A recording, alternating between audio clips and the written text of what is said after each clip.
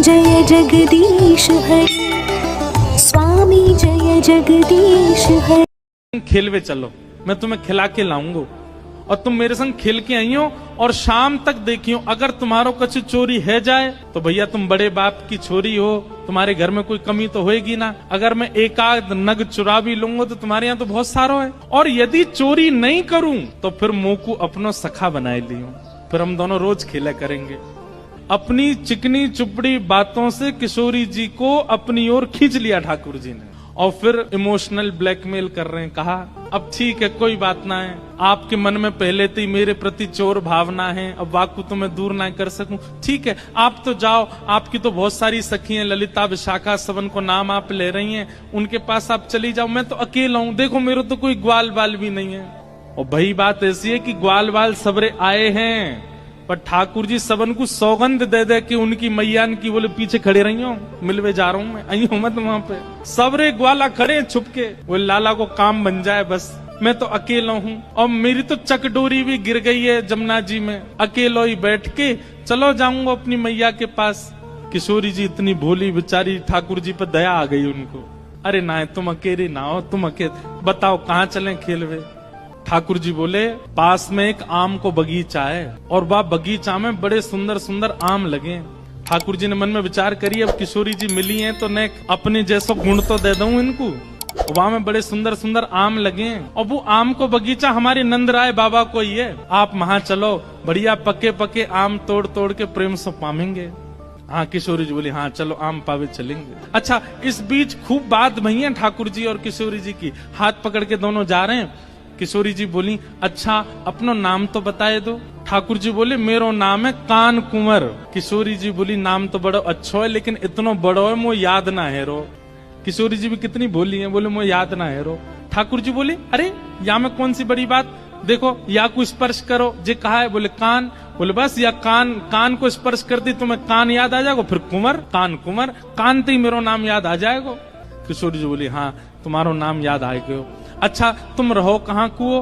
ठाकुर जी ने अपना पूरा पता बता दियो, जमुना जी पार करोगे सीधे जाओगे वहां पे गोकुल आ जाएगो, वहां सबसे बड़ी हवेली जो है वो हमारी है, हम बड़े बाप के लाला हैं। तुम बहुत देर से बता रही बड़े तुम्हारो महल है, ऐसो आंगन है, ऐसो सब है, सब बात है रही है। और किशोरी जी को हाथ पकड़ करके ले गए बगीचा में, एक आम को वृक्ष। ठाकुर जी ऊपर चढ़वे में निपुण कम है और होंगे भी तो किशोरी जी के सामने आज दिखा रहे हैं, मुंह पे चढ़वो ना आवे। ऊपर 2-3 बार चढ़े फिर फिसल गए। किशोरी जी बोली अरे तुम पे तो चढ़वो ना आवे, देखो मैं चढ़ के बताऊं। किशोरी जी बोले हाँ आप चढ़ जाओ। किशोरी जी ऊपर चढ़ गई। ठाकुर जी बोले प्रथम मिलन हुआ है, पहले मिलन में अपनी छाप नहीं छोड़ी तो हम काय बात के कन्हैया, अब आ जाओ ऊपर। ठाकुर जी बोले अरे श्यामाजू अगर मैं ऊपर आ जाऊंगा और फिर आम तोड़ेंगे तो नीचे पकड़ेगा कौन, और हम आम तोड़ेंगे नीचे गिर के सब फट जाएंगे तो पामेंगे कैसे। किशोरी जी बोली हाँ बात तो सही है, तो कहा करें। ठाकुर जी बोले मैंने अपनी पीताम्बरी खोल ली, आप ऊपर ते आम घेरो। किशोरी जी बोली हाँ ये अच्छा। नीचे ठाकुर जी खड़े हैं, किशोरी जी आम तोड़ रही हैं, खूब सारे आम तोड़ लिए, ये बारो निकारो वो बारो निकारो। ठाकुर जी नीचे तो ही बता रहे हैं, किशोरी जी ढूंढ ढूंढ के आम दे रही है नीचे। इतने में ललिता विशाखा ढूंढ रही हैं हमारी किशोरी जी कहाँ चली गई, और ढूंढते ढूंढते ढूंढते उनको दूर वृक्ष पर नील पोशाक धारण करी भाई किशोरी जी दिख गई कि ऊपर चढ़ी हुई है वहां पे। यहाँ ते ललिता विशाखा दौड़ी, ठाकुर जी को पता चल गई कि ललिता विशाखा आ रही ऊपर ते। किशोरी जी बोली ये सब मेरी सखियां सबरी आ रही हैं, अभी इनको भी आम खमामेंगे। ठाकुर जी बोले ये 8 और ये 9 और मैं 10, और आम उतर के आए 5, या को मतलब पहले तो यही पामेंगी और बाकी इनकी सबरी चतुर सखी ये सबरी पा जाएंगी, मुंह को कहा मिलेगो। सो ठाकुर जी ने कहा कियो हे श्यामाजू जे आम ने गंदे से है गए, मैं इनको जमुना जी में धोके ला रहा हूँ भाई।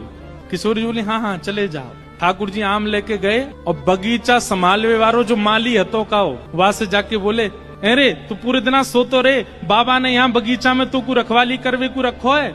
अरे नाय लाला ऐसी बात ना, तेरी बाबा ते जाके शिकायत करूंगा, नाय कछु मत कहियो। देख 9 चोरनी आई हैं हमारे बगीचा में और सबरी आम चुरा चुरा के ले जा रही, मैं छीन के लाया हूं उनसे। 8 तो नीचे उतरी आई, एक अबे ऊपर चढ़ी हुई है, जा देख ले उन्हें। इतने में ही महाराज बगीचा को मालिक आयो, आकर के जैसे ही माने जो दूर से चिल्लाना शुरू, अरे चोर आ गए, चोर आ गए। इतने में ललिता विशाखा आई, जल्दी से किशोरी जी को नहीं, किशोरी जी बोली अरे वो कान कुंवर आए रहे होगो, कान कुंवर आए रहे होगो।